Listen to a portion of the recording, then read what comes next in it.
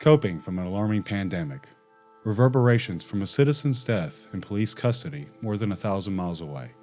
Threats to health and safety from a 30-year winter storm. It's been a year of upheaval for even the most placid of Texas towns, and not least for the men and women who have sworn to serve and protect them.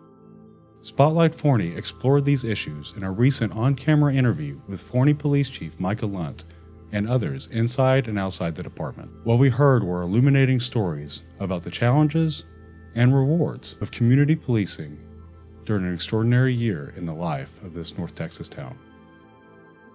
And I will say that because it was during the time of the George Floyd brutal killing. So that was back in May of 2020. My traffic violation, the stop was June 2020. Right. So, very close to that time frame. So as you can imagine, emotions were still going. So when I got stopped in the car by myself as a single African-American woman, immediately I just started having these thoughts of, oh my gosh, one, why am I being stopped?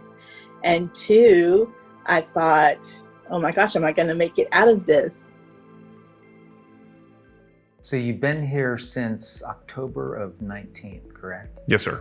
You came with certain ideas about leadership. Servant leadership is really the process of you can be the boss, but you really work for so many people. I like to think, I have one person that I directly report to in terms of a supervisor-subordinate relationship, but I have 25,000 bosses. They're all the citizens of Forney. Right. I have about 50 bosses here in the police department and the animal control department. In a typical organizational structure, they work for me, but I work for them. The more resources, training, and support that I can provide them, the better they can do their jobs. So that's just kind of a fundamental philosophy of how I look at servant leadership. I think working for the Forney Police Department and under Chief Lunt, it's really opened my eyes to what this police department can do and what we're about. We're a big family here and we want to work side by side with the community to make this a better place. It's important for people to see your face and to know you, and so it kind of gives them that connection that most people didn't have. I didn't have that as a kid. When you said police, my first thing is a vest and a shirt, a black shirt. Right. There's no face connected to it, so it's definitely important for me to, for them to see my face with that. For them to see you as a person.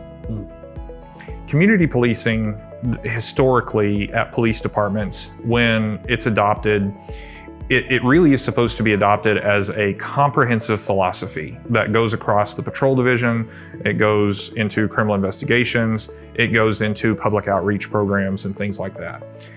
What a lot of departments have done that they tell you in the literature is a mistake is they establish like a community policing unit, which is a small group of people that are supposed to do all the feel-good community policing stuff. And that just doesn't work because it makes it their responsibility and not everyone's responsibility to build those relationships. Chief Lunt strives for us to have excellence in the community. He wants us to be out there. He wants us to be talking to the people. He wants to, if there's someone out there that we can help and we have the resources, he wants us to find them. I think that Chief Lunt is a man of integrity and character. I think he's an asset to Forney. I don't have very many interactions with police personally outside of my family, but I will say— that can be seen as a positive. Yeah, but I will say that if I were to have confidence in a police officer, it would be him. I don't see him as being someone who's not approachable, someone who's being an agitator or an instigator. He's one of the good guys, in my opinion. While I was sitting in my car stressing out and, having all these thoughts go through my head of how this situation was going to turn out, the officer completely stayed calm, treated me with respect, You know, and for me, I grew up in the house with a police officer. So my dad's a retired police officer. So I knew from him, just, you know, growing up in the house with him, how he treated his employees and the community and how they respected him.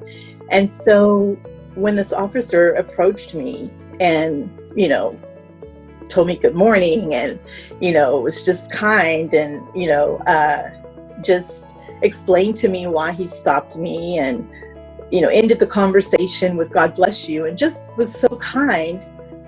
I knew then, okay, this officer has had training, and good leadership starts from the top and trickles down. Do you see the future is bright? Are you leading the department into a brighter future, do you think? You know, one of the responsibilities that they tell you as a new chief is that you have got to get your folks to believe that the best day is yet to come. And I take that responsibility very, very heavily. Since I have been here, I've had the pleasure of working with other department directors, city management, and elected leaders in making a number of changes that try to reflect the value of our human capital. In my view, this city, this police department, we have two major investments. The first one is our human capital. It's our greatest resource. And so having the ability to recruit, retain, and develop our personnel is very, very important. The second thing that we have to safeguard and continuously work on is the public trust. And I think that members of our police department and animal control department are doing a phenomenal job of safeguarding the public trust that we are so gracious has been extended to us by our citizens. And that's certainly what we're going to continue doing. It's really nice to have the connection there and to see what they're doing in the community. They post different things that they're doing and events and stuff. So it's really great. So I just love that they are a part of our community and want to see us be better.